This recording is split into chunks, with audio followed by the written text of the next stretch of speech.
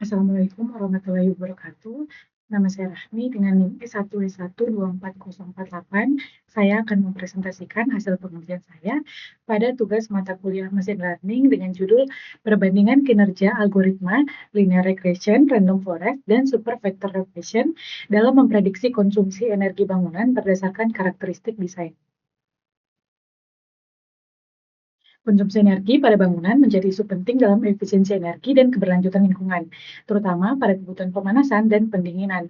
Desain bangunan yang kurang optimal dapat menyebabkan pemborosan energi, sehingga diperlukan metode yang mampu memprediksi konsumsi energi berdasarkan karakteristik desainnya. Pada penelitian ini, kebutuhan pemanasan dan pendinginan diprediksi menggunakan beberapa fitur yang berpengaruh terhadap konsumsi energi bangunan. Oleh karena itu, dilakukan perbandingan kinerja algoritma linear regression, random forest, dan super vector regression untuk menentukan model dengan tingkat akurasi terbaik. Nah, adapun tahap pengerjaannya, yang pertama adalah data understanding, yaitu memahami isi dataset seperti jumlah data, jenis fitur, arti setiap variabel, serta tujuan analisis agar arah penelitian jelas. Kemudian yang kedua, data preprocessing, membersihkan dan menyiapkan data sebelum digunakan. Selanjutnya, EDA, menganalisis dan memvisualisasikan data untuk mengetahui pola distribusi hubungan antar variabel dan hubungan dan potensi masalah dalam data. Selanjutnya, data splitting, membagi data menjadi data latih dan data uji agar model dapat dilatih dan diuji pada data yang berbeda. Kemudian model building, membangun model machine learning menggunakan algoritma tertentu untuk mempelajari hubungan antara fitur dan target. Di sini algoritmanya linear regression, random forest, dan juga super vector regression. Kemudian hyper parameter tuning untuk mengoptimalkan parameter model untuk mendapatkan performa terbaik. Selanjutnya model evaluation, menilai kinerja model menggunakan metrik evaluasi seperti mean absolute error, RMSE, dan R-squared. Kemudian model comparison, membandingkan model untuk menentukan model terbaik berdasarkan hasil evaluasi. Nah, yang pertama data understanding.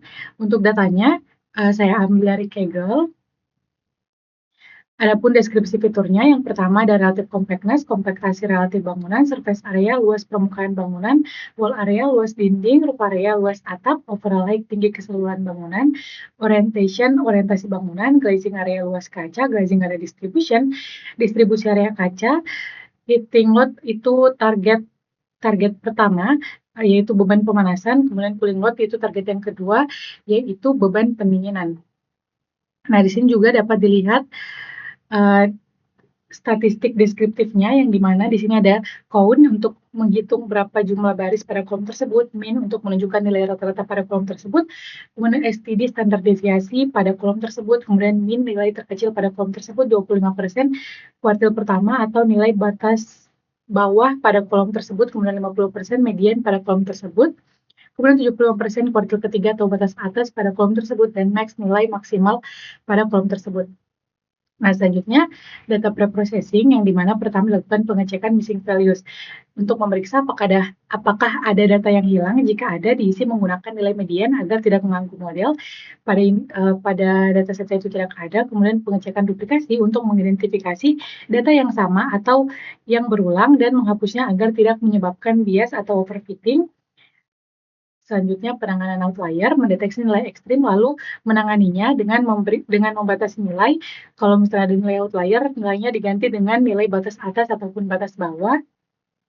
Kemudian encoding variabel kategorikal, mengubah data kategorikal menjadi bentuk numerik agar dapat diproses oleh algoritma machine learning. Di sini menggunakan one-hot encoding, dan yang di-encoding adalah fitur kategorikal, yaitu orientation dan glazing area. Selanjutnya memisahkan fitur dan target, memisahkan variabel input yaitu fitur atau X dan variabel output yaitu target atau Y agar model dapat belajar dan memprediksi target dari fitur. Nah, selanjutnya explanatory data analysis. Yang pertama di sini ada distribusi heating load. Di sini dapat dilihat bahwa distribusinya itu miring ke kanan, mayoritas nilainya itu rendah dengan nilai sedikit tinggi, yang menunjukkan bahwa sebagian besar bangunan itu membutuhkan pemanasan rendah. Kemudian untuk cooling load-nya, polanya juga miring ke kanan, didominasi dengan nilai rendah, namun ada beberapa juga yang tinggi, yang menunjukkan bahwa kebutuhan pendinginan umumnya itu rendah. Kemudian di sini ada scatter Y1 versus Y2. Di sini dapat dilihat korelasinya 0,976.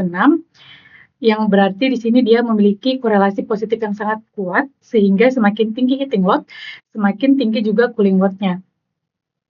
Kemudian di sini ada KD ya, target variable, yang dimana distribusinya di sini bersifat multimodal dan miring ke kanan yang menunjukkan adanya beberapa kelompok bangunan dengan karakteristik berbeda.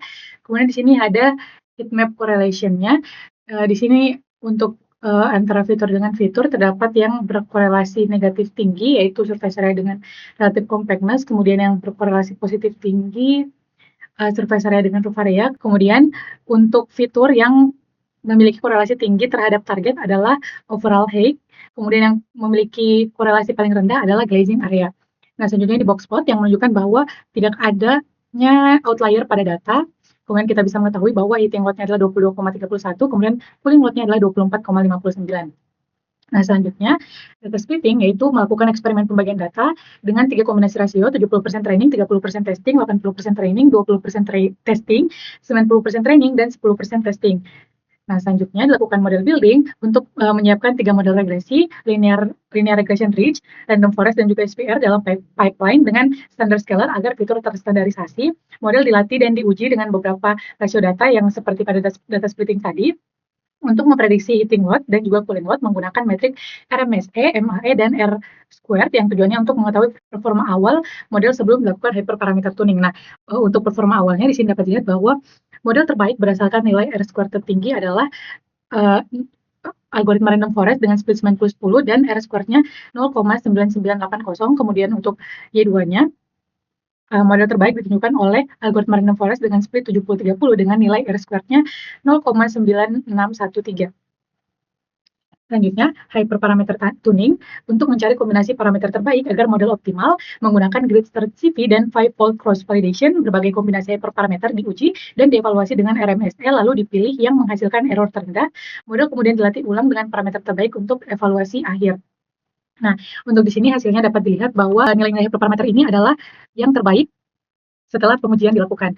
Nah, selanjutnya model evaluation untuk menilai kinerja model setelah tuning secara menyeluruh menggunakan metrik RMSE, root mean squared error, kemudian mean absolute error, dan R squared yang dihitung pada data uji serta dilakukan five-fold cross validation untuk memastikan konsistensi. Selain itu dilakukan perbandingan sebelum dan sesudah tuning. Tujuannya adalah memahami performa model dan memilih model terbaik.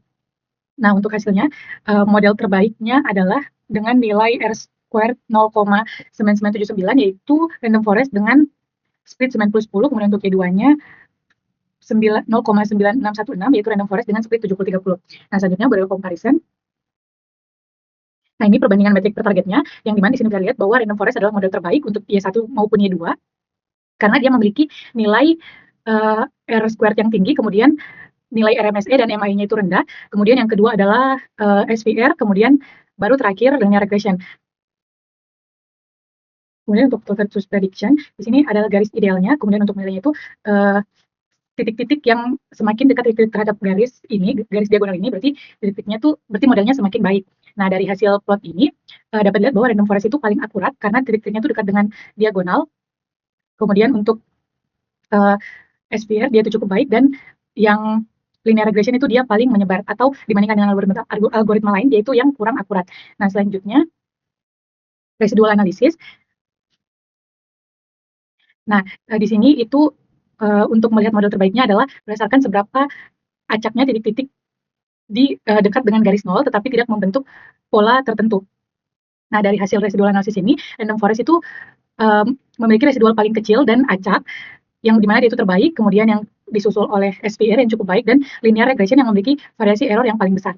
Kemudian sini plot sebelum dan sesudah tuning, yang dimana sini menunjukkan nilai R squared sebelum dan sesudah tuning, yang dimana di sini dapat dilihat bahwa tuning itu paling berdampak pada SVR, kemudian agak berdampak sedikit pada random forest, dan hampir tidak berpengaruh pada linear regression. Nah, selanjutnya untuk fitur importance pada random forest, di mana di sini dapat dilihat bahwa fitur yang paling berpengaruh untuk Y1 ada relative compactness, kemudian untuk Y2-nya adalah overall height pada setiap split. Nah, untuk kesimpulannya, model terbaik berdasarkan nilai R squared. Target pertama heating load adalah random forest pada split 90-10 dengan nilai R squared-nya 0,9979.